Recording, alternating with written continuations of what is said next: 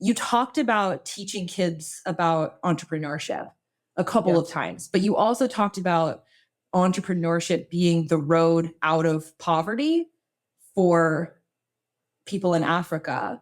And you talk about that being more important than the very top-down education that one might think. And I know that you get into this extensively in your book. You've done lots of talks about this already. So I know that, we could talk about this for 5 hours and not cover everything. But I want to talk about this specifically in the context of education. But I think this also, this gap in maybe some people's understanding also needs to be bridged, that you're not going after building a better credentialing school. You're not trying to build something that's going to help kids get the piece of paper that says they're qualified to be an accountant, but they actually, they actually learn the French. So it's like they're going to school and they, as it stands now, they can go all the way through a school in Senegal, graduate, and their French is still very broken and they have trouble, articulating their thoughts in the bureaucratic language of their country. And so you're not just going and saying, well, let's fix that problem. Let's make sure all the kids going through the school actually speak French, but they're still going through the system. You're doing a fundamental shift in paradigm where you're saying, the colonial schools are teaching kids to be bureaucrats, but that's not going to help their communities prosper.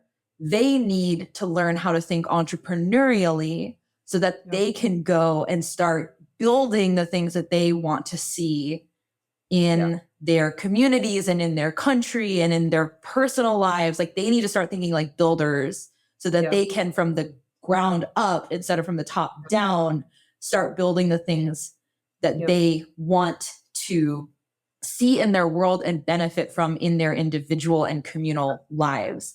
And I think that that's so important, that entrepreneurship is this entirely different paradigm, even for people who, because I think entrepreneurship is also a very big, like when we talk about it as a paradigm, it's much more than a vocation. So when someone's an entrepreneur, it means they started a business usually, but it's a whole mindset.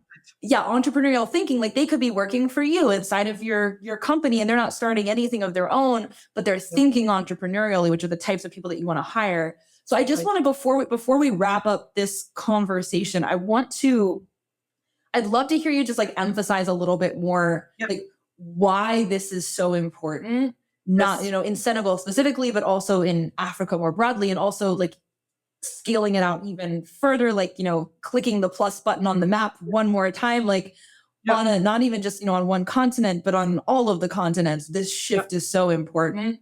And I think you do such a great job explaining why. And I think it's something that's not always intuitive, but is really important to understand. No, it is. Well, thank you. Yeah, so basically, I explained earlier that my goal in this life is for Africans to become co-creators in prosperity and entrepreneurship. And, we need to have 2.5 billion Africans being prosperous by 2050. Something that's very simple is the solution to poverty, which is what Africa is mostly plagued with. The solution to poverty is prosperity. Prosperity is built by entrepreneurs, period. They just make the whole machine run, okay? Period. But for entrepreneurship to thrive, you need a good business environment for it. So you have to have a world-class business environment for the best, most optimized outcome. So that's for the externalities.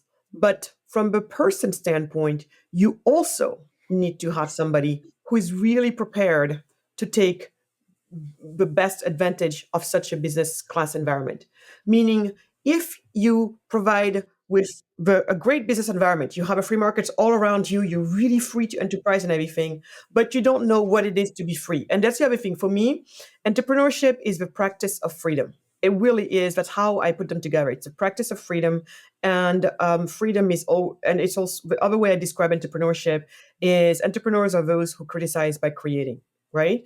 So in this situation, so you all of a sudden, when you understand why entrepreneurship is so important to not only Africa, but to anyone and anywhere in the world where people want to build prosperity and keep it as well and keep going. Because it's very easy to scale back, to slide back.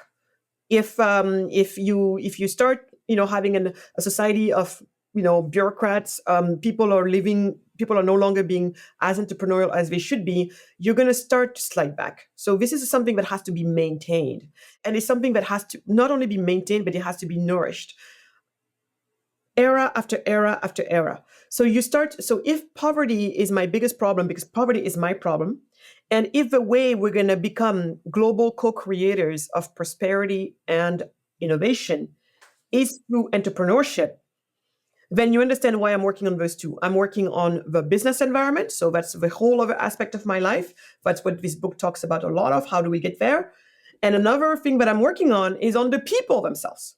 Because in order for you to have an amazing tomato plant, or to have, you have to have the seed itself has to have some of the best quality. So here we're talking about all of this concept of virtues that the person has to have. So the seed has to be of the best quality or optimized the most, as well as the soil and the environment in which you're going to plant that seed. Those two need to happen together for you to have the most beautiful tomato plant at the end of the day, producing the juiciest, most healthy tomatoes that you can hope for. Us humans are no different. We're part of nature after all, right? But that's really pretty much what it is. For me, the recipe is just that. And then you keep on watering it. But that to me is part of also the environment. So I'm doing a lot of work on the environment part with especially the startup cities and all of that good stuff, where we're trying to really provide people in Africa with world-class business environments that they detrimentally lack right now. But at the same time, we also need to make sure that the seeds, aka the people, also are optimized for great success in an entrepreneurial world, so that they become entrepreneurs themselves, or they become intrapreneurs. So people who maybe they work for other people, but they work for entrepreneurs, but within that, they are people who really bring an entrepreneurial mindset. Because whenever you have an entrepreneurial mindset, everything just goes better and goes faster, because basically these are solutions. They're solutions provided. Like I said, criticize by creating. These are solutioners. So the more solutions we can find, the more problems we can solve, the better we do, and the faster we go, and the more innovations get to pop up. So that's why for me, this school, it was very important. You see, so many people got all excited.